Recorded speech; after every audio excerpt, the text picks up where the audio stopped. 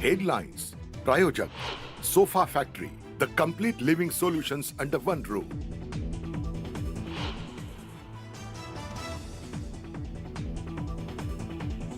आदित्य ठाकरेंच्या सभेत दगड फिरकवलाच नाही, औरंगाबाद पोलिसांचा दावा.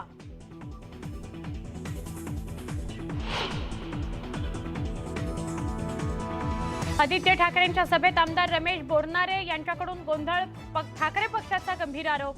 तर विरोधकांकडून आपल्याला अडकवण्याचा प्रयत्न, बोरनारेंनी फेटाळले विरोधकांचे आरोप.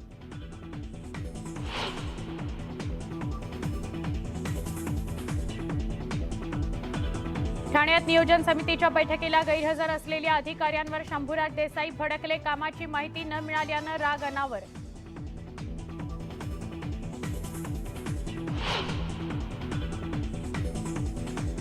शिवसेना एकच आणि राहणार, पळपुट्यांना पक्षावर दावा सांगण्याचा अधिकार नाही, उद्धव ठाकरेंचा शिंदे पक्षावर घणाघात.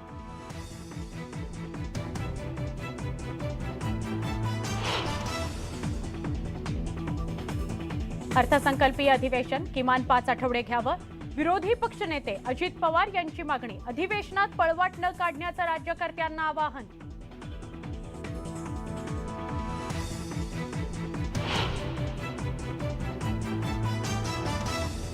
सत्तावीस फेब्रुवारीपासून राज्याचं अर्थसंकल्पीय अधिवेशन. 9 मार्चला अर्थमंत्री देवेंद्र फडणवीस सादर करणार बजेट. 4 आठवडे चालणार अधिवेशन.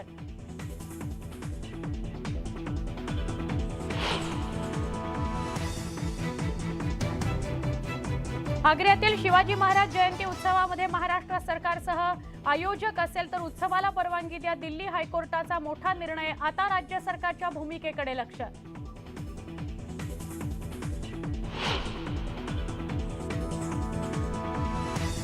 औरंगाबादच्या पिंपळगाव फाटा परिसरात दारूबंदीसाठी महिला आक्रमक. दारूबंदीसाठी रास्ता रोको. पालकमंत्री संदीपान भुमरेंचा ताफा अडवला.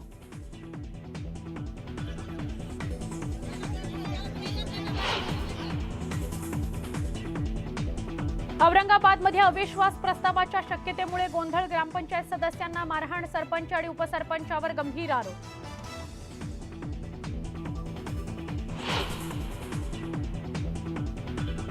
नाशिकमध्ये आरपीएफच्या जवानानं वाचवला प्रवाशाचा जीव. रेल्वेत पकडताना तोल गेल्यानं प्रवाशाची प्लॅटफॉर्मवर फरफट. घटना सीसीटीव्हीत कैद.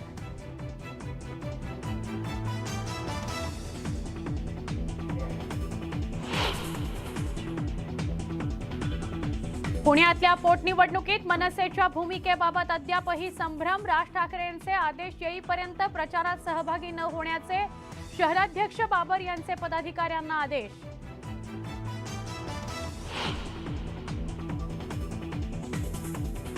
वरळीतून आदित्य ठाकरेंविरोधात निहार ठाकरेंच्या नावाच्या बातम्या निरर्थक असल्याची शिंदे पक्षातील सूत्रांची माहिती. अद्याप कोणताही विचार सुरू नसल्याचं नेत्यांनी केलं स्पष्ट.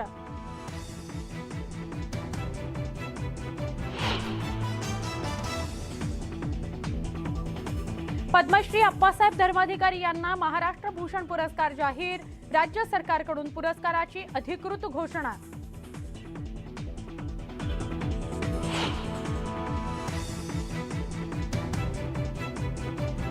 अमेरिकेच्या माजी उपराष्ट्रपती हिलरी क्लिंटन औरंगाबादच्या दौऱ्यावर. हिलरी यांच्याकडून वेरूळ लेणीला भेट. परिसरात पोलिसांचा बंदोबस्त.